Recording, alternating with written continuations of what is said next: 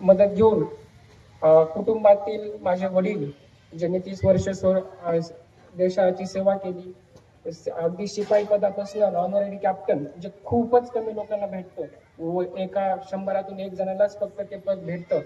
ते त्यांच्या मेहनतीच्या प्रामाणिकपणाच्या जीवावर त्यांनी कमवलं. तसेच आई, जी वडील इथे नसताना कॉन्स्टंटली आम्हा तिन्ही भावंडांना सपोर्ट देत राहिली आणि शिकवलं त्यांनी. फक्त शिक्षणच नाही तर नीतिमत्ता, प्रामाणिकपणा हे कॉन्स्टंटली शिकवलं तिने आम्हाला. म्हणूनच की काय आज तिन्ही भावंड आम्ही ठीकठाक पोझिशनला आहोत. तसेच यासोबतच मी धन्यवाद करू इच्छितो की सर्व कुटुंबामधील भाऊ बहीण नातेवाईक आणि सोबतच मला नेहमीच नायगावचा खूपच प्राऊड फील आहे यामुळे की आपल्या गावातून नेहमीच नोकरीला दरवर्षी कोणी ना कोणी लागतं. मी 5वी पर्यंत तिथे असताना महिला मित्रमंडळ असेल किंवा बाकी सर्वच स्टेजवर सत्कार घडत आलेले आहेत, माझे पण आणि बाकीच्यांचे पण मला सोबतच एक खंत पण वाटते की मागच्या काही वर्षात हा नोकरीमध्ये लागण्याचा टक्का कमी झालाय, परंतु त्यासोबतच व्यसनामध्ये जाण्याचा टक्का युवकांचा वाढलाय. तर माझी नम्रपणे युवकांना विनंती आहे की त्यांनी शिक्षणावरच भर द्यावा, कारण की आपल्या सगळ्यांना माहिती आहे आपलं गाव डोंगरातलं आहे, शेती नफ्याची नाहीये. आपण शिक्षण घेऊन व्यवसाय करा अगर नोकरी करा, पण शिक्षण घ्या. माझी प्रामाणिकपणे विनंती आहे सर्वांनी या स्टेजच्या मदतीनं की आपण शिक्षण घ्या. शिक्षणासोबत 3-4 गोष्टी लक्षात ठेवा. एक की पेशन्स ठेवा.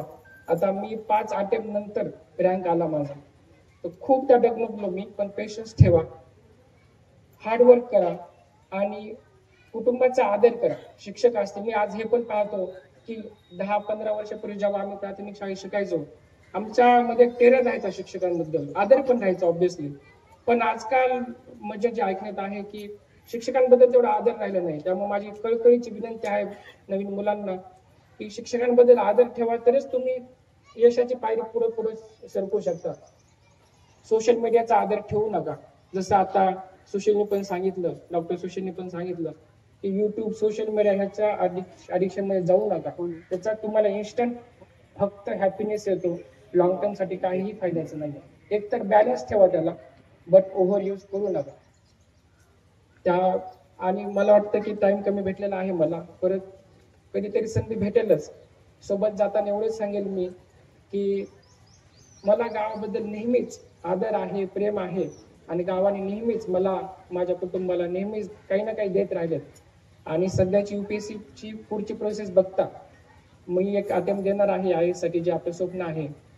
आणि ट्रेनिंगला जर फाउंडेशन ट्रेनिंग जर स्किप केली मी, तर 2-3 महिने मला वेळ भेटेल, सप्टेंबर ते नोव्हेंबर.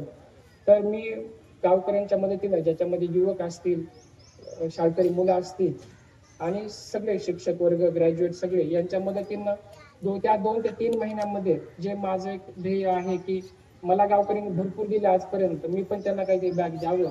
मग त्या 3 महिन्यामध्ये मी काहीतरी शिक्षणाचा प्रोजेक्ट करेन. मला या स्टेजच्या माध्यमातून गावकऱ्यांना विनंती आहे की त्यावेळेस तुम्ही मदत करालच, जेणेकरून माझ्या आजपर्यंतच्या नॉलेजचा आणि स्किलचा येणाऱ्या मुलांना काही ना काही तरी थोडा तरी फायदा होईल.